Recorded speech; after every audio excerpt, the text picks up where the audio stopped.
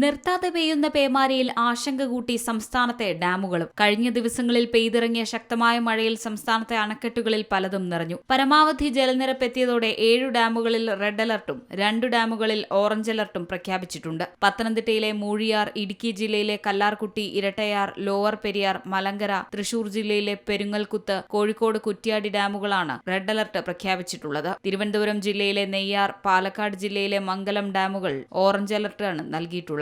സംഭരണശേഷിയുടെ 90%-ത്തിലുമധികം ജലമാണ് ലോവർ പെരിയാർ, കുറ്റ്യാടി, കല്ലാർകുട്ടി, നെയ്യാർ, മലങ്കര ഡാമുകളിലുള്ളത്. 5 ദിവസം മുൻപ് 63.62% മാത്രം വെള്ളമുണ്ടായിരുന്ന കല്ലാർകുട്ടിയിൽ കഴിഞ്ഞ ദിവസം രേഖപ്പെടുത്തിയത് 96.24%. 56.98 നിന്ന് ലോവർ പെരിയാറിലെ ജലസംഭരണം 99.17%-ത്തിലേക്കും 57.53 നിന്ന് കുറ്റ്യാടി ഡാമിലെ ജലസംഭരണം 96.24-ലേക്കും 55 നിന്ന് മലങ്കര ഡാമിലേത് 91%-ത്തിലേക്കും എത്തി. കഴിഞ്ഞ 5 ദിവസത്തിനുള്ളിൽ ഇടുക്കി ഡാമിൽ മാത്രം കൂടിയത് 178.56 ദശലക്ഷം ഘനമീറ്റർ ജലമാണ്. അതായത് ഷോളയാർ ഡാമിന്റെ ആകെ സംഭരണശേഷിയേക്കാൾ കൂടുതൽ ജലം. ഇടമലയാർ ഡാമിൽ 89.96, കക്കി 71.92, കല്ലട 49.1, ബാണാസുര സാഗർ ഡാമിൽ 34.6 MCM ജലവും കഴിഞ്ഞ 5 ദിവസത്തിനിടെ എത്തി. സംസ്ഥാനത്ത് കഴിഞ്ഞ ഒരാഴ്ച പെയ്ത മഴയാണ് അണക്കെട്ടുകളിലെ ജലനിരപ്പ് ഉയരാൻ കാരണമായത്. ജൂൺ 1 മുതൽ ജൂലൈ 29 വരെ സംസ്ഥാനത്ത് ആകെ കിട്ടിയത്